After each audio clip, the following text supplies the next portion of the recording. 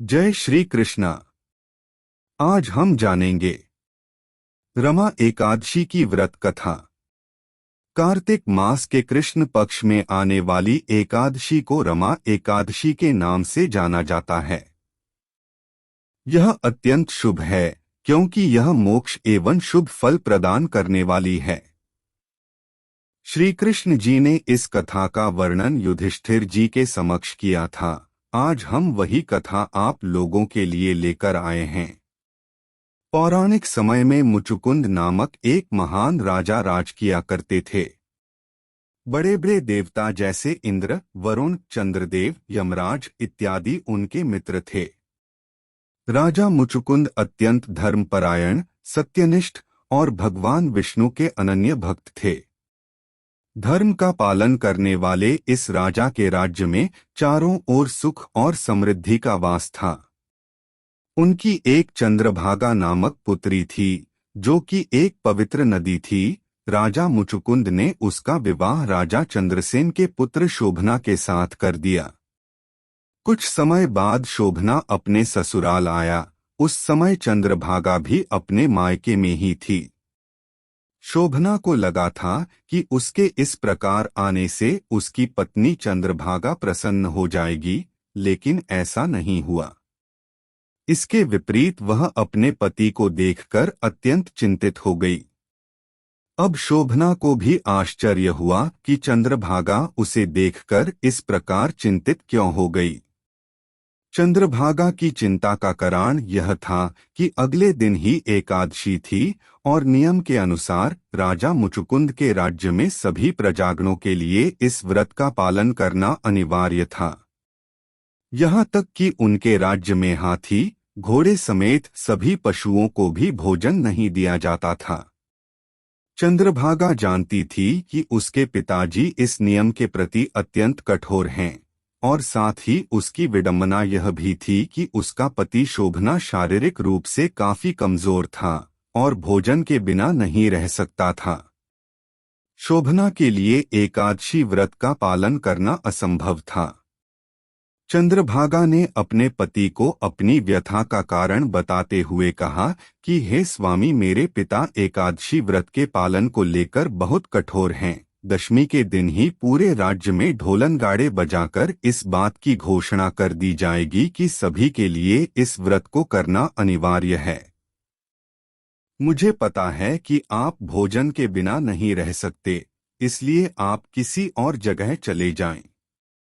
अपनी पत्नी की बात सुनकर शोभना ने बोला कि अब मैं भी इस व्रत का पालन जरूर करूंगा, चाहे इसका परिणाम कुछ भी हो। ईश्वर की इच्छा से जो कुछ भी होगा अच्छा होगा।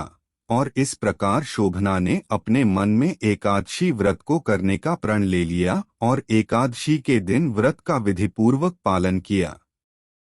दिन ढलने तक अत्यंत दुर्बल होने के कारण शोभना का स्वास्थ्य बिगड़ने लगा और रात्रि समाप्त होने तक शोभना ने अपने प्राण त्याग दिए।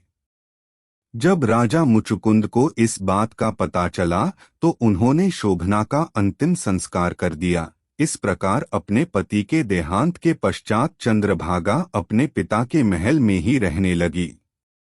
चूंकि शोभना की मृत्यु एकादशी व्रत का पालन करते हुए हुई थी, इसलिए उससे प्राप्त पुण्य फल स्वरूप वह अगले जन्म में मंदराचल पर्वत की चोटी के राज्य का शासक बना। यह कोई सामान्य नगर नहीं था, वह देवनगरी के समान था। उसकी दीवारों पर रत्न जड़े हुए थे। राजा शोभना रत्न जड़ित सिंहासन पर विराजमान होकर इंद्रदेव के ही समान प्रतीत होते थे। कथा यहीं समाप्त नहीं हुई। राजा शोभना को राजपाट तो मिला, लेकिन वह स्थायी नहीं था। चलिए जानते हैं कि किस प्रकार राजा का राजपाट स्थायी हुआ। एक बार राजा शोभना के राज्य में एक बार सोमशर्मा नामक ब्राह्मण आया और राजा को देखकर वह अत्यंत चकित हो गया। उसके चकित होने का कारण यह था कि वह राजा मुचुकुंद के राज्य से आ रहा था और वह शोभना को पहचान गया था। राजा शोभना ने भी उसका आदर सत्कार किया। इसके पश्चात ब्राह्मण ने जब शोभना को उसके पूर्व जन्म के बारे में बताया तो उन्होंने अपनी पत्नी चंद्रभागा के बारे में पूछा। सोमशर्मा ने उत्तर देते हुए कहा, हे राजन, वहां सब कुशल मंगल है। लेकिन आपको इस राज्य की प्राप्ति किस प्रकार हुई? इसके बाद राजा शोभना ने बताया कि मुझे इसकी प्राप्ति एकादशी व्रत के फलस्वरूप हुई है। लेकिन मैंने यह व्रत बिना किसी श्रद्धा के किया था, इसलिए मेरा यह राज्य अस्थायी है। यदि आप मुचुकुंद और चंद्रभागा से सब वृत्तांत कहें तो यह स्थिर हो सकता है।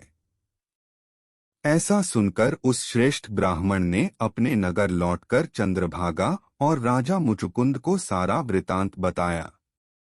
ब्राह्मण के वचन सुनकर चंद्रभागा बड़ी प्रसन्न हुई और बोली कि हे ब्राह्मण, ये सब बातें आपने प्रत्यक्ष देखी हैं या स्वप्न की बातें कर रहे हैं? ब्राह्मण कहने लगा कि हे पुत्री, मैं स्वयं तुम्हारे पति से मिलकर आ रहा हूँ। उनका नगर देवताओं के नगर से भी अधिक सुंदर है। चंद्रभागा ने अपने पिता से आशीर्वाद लिया और ब्राह्मण से साथ अपने पति के नगर को स्थायी करने का उपाय खोजने उस सुंदर नगर की ओर निकल पड़ी। पर्वत की तलहटी में वामदेव ऋषि का आश्रम था। उन्होंने ऋषि को प्रणाम किया और अपनी व्यथा कह सुनाई। उसकी व्यथा सुनकर ऋषि वामदेव ने वेदों से कुछ मंत्रों का उच्चारण किया और उसका अर्घ्यजल चंद्रभागा पर छिड़क दिया। उस महान ऋषि के अनुष्ठानों के प्रभाव से चंद्रभागा को अनेक एकादशियों का पुण्यफल प्राप्त हुआ और उसका शरीर दिव्य बन गया। चंद्रभागा अपने पति के नगर में पहुंची और राजा शोभना उसे देखकर हर्षित हो गए। अपने पति से मिलकर चंद्रभागा ने अपने एकादशी का अर्जित किया हुआ पुण्यफल अपने पति को दे दिया। साथ ही उसने कहा कि हे स्वामी, मैं 8 वर्ष की आयु से इस व्रत का श्रद्धापूर्वक पालन कर रही हूँ और इसका पुण्यफल मैं आपको प्रदान करती हूँ, जिससे आपका यह राजपाट स्थायी हो जाए। इससे राजा शोभना अत्यंत प्रसन्न हुए और दीर्घकाल तक उन्होंने सुखपूर्वक शासन किया। जो व्यक्ति इस कथा का श्रवण करता है वह पापों से मुक्त हो जाता है और पुण्य का भागी बनता है। तो यह थी रमा एकादशी की व्रत कथा। ऐसी ही कथाओं के लिए आप हमारे साथ जुड़े रहिए। जय श्री कृष्णा।